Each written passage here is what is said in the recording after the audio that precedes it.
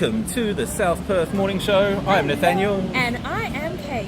Here we are. Great to see you. I just think we should just move this that way just because of the sun. Yeah. What do you reckon? That's much better like that. Yeah. Okay, there we go.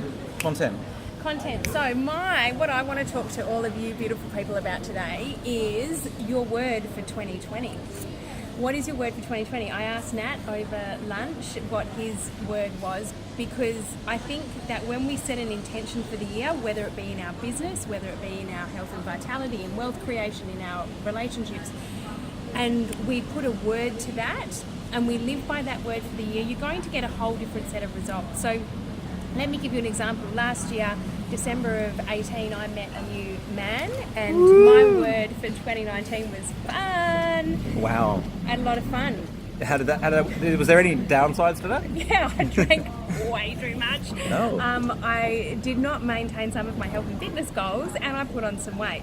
Yep. So my 2020 word is discipline. And in the context of business, how would your business be different if you had a word like discipline? How would your business be different if you had a word like add value? Well, that's two words, but work Yeah, you with can't me. just two. Whoa. I thought it was one word. I know. Well, you know, me, rule breaker. What about if you're... Mine's empathy. Empathy. Yeah. Nice. Talk to me about that. I think that it's very, like I feel like I've been adding value a long time, but I think sometimes adding value involves having enough empathy to deliver the value in the way that somebody wants to receive it. Yeah, that's awesome. So how's that going to change how you actually deliver it? Well, for starters, I'm going to have to find out how the person I want to deliver it to receives value. Yeah. And so it is about empathy, because you have to understand in relationships what their love language is, or their style of communication, like the way that they consume information. Are they ready for the information? Are they ready for it?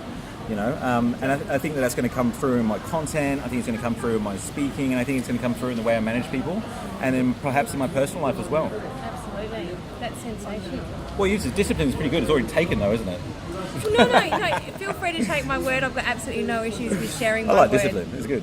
Another very good friend of mine, Songy Knox, she's an amazing photographer and helps people with branding, and her word was love for this year. And she was saying in a blog that she wrote that she's had words like focus and discipline before. I don't think she used the word discipline, but focus. And she said she actually Focus just drove herself so incredibly hard. Yeah.